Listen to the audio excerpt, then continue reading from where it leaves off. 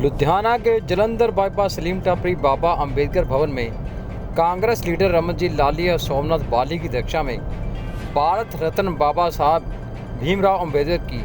64वें पृथ्वी दिवस अंबेडकर भवन में मनाया गया, जिसमें भारी संख्या में नौजवानों ने हिस्सा लिया। रमनजीत लाली और सोमनाथ बाली ने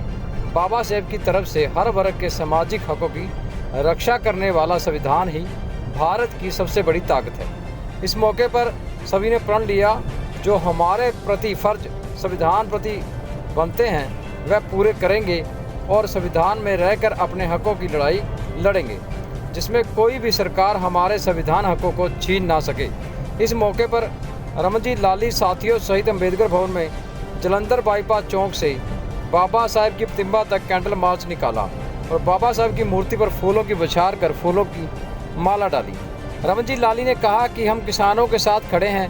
हमारे अन्नदाता किसान हैं। अपने हक के लिए वह अपना परिवार छोड़कर दिल्ली में दिन रात धरने में बैठे हैं। सरकार को चाहिए कि वह बिल कैंसिल कर देने चाहिए। आइए दिखाते हैं आपको विशेष रिपोर्ट। पूरी दुनिया के अंदर बाबा साहब भारतीय संविधान के निर्माता भारत रत्न डॉक्टर BR अंबेडकर जी का प्री निर्माण दिवस मनाया जा रहा। उन्होंने शत शत नमन कहा जा रहा है और उस कड़ी के तहत अज लुधियाने के इस अंबेडकर चौक के विच बाबा साहब की प्रतिमा के उत्ते शहर के सारे जोड़े उन्होंने पैरोकार आ जथेबंदियाँ उन्होंने फुल मालावां अर्पित कर रहे हैं और कैंडल जड़ियाँ जगा रहे। और अज असी भी निर्माण अधीन अंबेडकर भवन के विच बहुत बड़ा इकट्ठ किया, एक समागम किया और सैकड़ियां की तादाद में इकट्ठे हुए नौजवानों और बाबा साहब को प्यार करने वाले लोगों उन्होंने जीवन के विच कीते हुए संघर्ष, उन्होंने मिशन, उन्होंने विचारधारा, वो की करना चाहते सी, उसदा विस्तार दे नाल चर्चा हुई है। उस तो बाद अज दे उस समागम के मुख्य मेहमान साडे शहर के जिहड़े मेयर बलकार सिंह संधू जी, उन्होंने भी आके उत्थे बाबा साहब के जीवन बारे दस्सिया और उस तो बाद सैकड़े नौजवानों ने इकट्ठे होकर एक पैदल मार्च करदियां एक कैंडल मार्च कढ़िया, जो अज इत्थे आके समाप्त होया। तो जिथे मैं बाबा साहब के पैरोकारां नूं, लुधियाना वासियों नूं और देश के वासियों नूं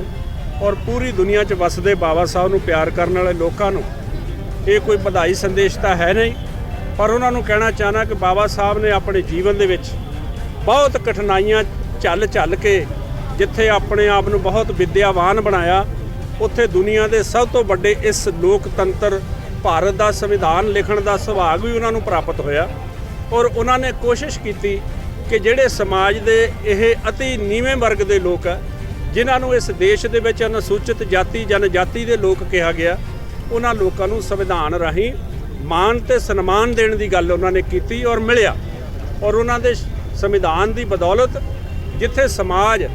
हर खेतर दे विच अगे वध रहा, उत्थे नाल दी नाल जिथे उन्हों दा पवित्र ग्रंथ भारतीय संविधान विधान सभा और लोक सभा पार्लीमेंट ऑफ इंडिया जिथे भी सुशोभित है, उन्होंने मंदिरों के विच भी पवित्र मंदिरों च बाबा साहब की औलाद और उन्होंने पैरोकार चुन के जा रहे हैं। सो मेरी उन्होंने बेनती है, जिहड़े भी चुन के जाते हैं, कि बाबा साहब चाहते सी कि इस देश के विचों ऊच नीच खत्म होवे, इत्थे आपसी भाईचारा कायम होवे,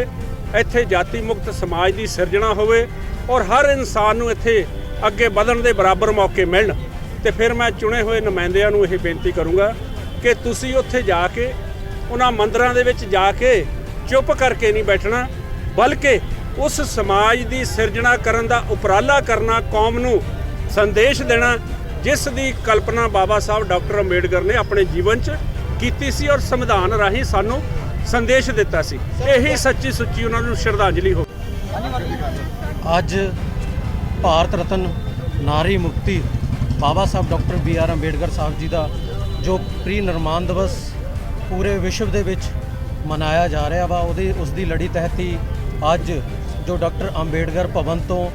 बाबा साहब डॉक्टर BR अंबेडकर साहब जी को शरधा के फुल भेंट करने के लिए डॉक्टर BR अंबेडकर चौक जलंधर बाईपास विच